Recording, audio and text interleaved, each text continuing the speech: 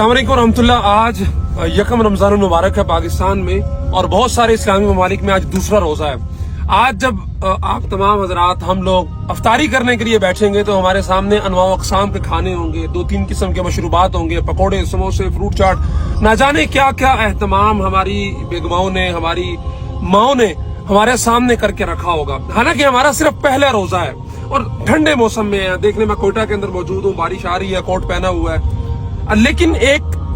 दुनिया का ऐसा भी खित्ता है जहां पे पिछले 5 महीने से मुसलसल रमजान मुबारक चल रहा है। 7 अक्टूबर 2023 से शुरू होने वाला एक मुहासरा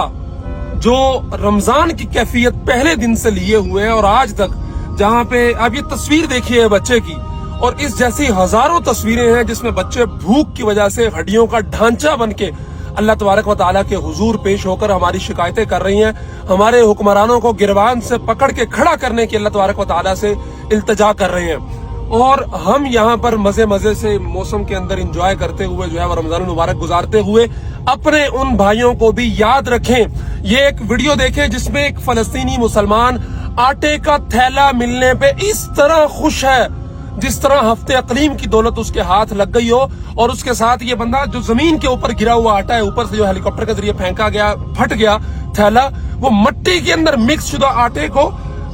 लकड़ी के जरिए इकट्ठा करके अपने थैले के अंदर डाल रहा है कि शायद इस मिक्सचर आटे के साथ जो बीमारियों का बायस भी बन सकता है, मैं अपने बच्चों की जो है वो एक वक्त के पेट को भरने का बायस जो है वो बन सकूं। तो ये हमारे लिए एक अलार्मिंग सूरत हाल है कि जब हम अपने दस्तरखान पर बैठते हुए अनवाओ अक़साम के खाबे अपने अंदर उतार रहे हो तो हमें वो मुसलमान हमारे सामने होने चाहिए। उनके लिए हम क्या कर सकते हैं ये हमारे सामने होना चाहिए और जो हो सके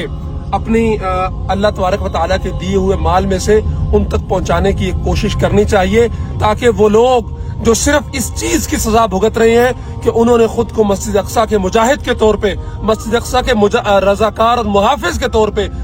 इसराइली अफवाज के सामने खड़ा किया है और उम्मत मुस्लिमा की तरफ से फर्ज किफाया अदा कर रहे हैं। उस फर्ज किफाया को अदा करने के अंदर हमारा हिस्सा भी शामिल होना चाहिए और हम पर फर्ज है कि अल्लाह के दिए हुए माल में से उनका दस्ते बाजू बने और उनकी ये भूख, अफलास और तंगदस्ती, बीमारी और इस मुश्किल वक्त में हम उनके शाना बशाना खड़े हों, वरना कल क़यामत के दिन तो अल्लाह ने हमें गिरबान से पकड़ के खड़ा कर ही देना है उसी सफ के अंदर जिस सफ के अंदर हमारे हुक्मरान खड़े होंगे कि अगर उनके पास ताकत, इख्तियार, इख्तिदार था, उन्होंने कुछ नहीं किया, तो तुम्हारे पास भी माल था, जुबान थी, अल्फाज और आवाज उठाने की कुव्वत, ताकत थी, तुमने क्या किया, तुम ये बताओ।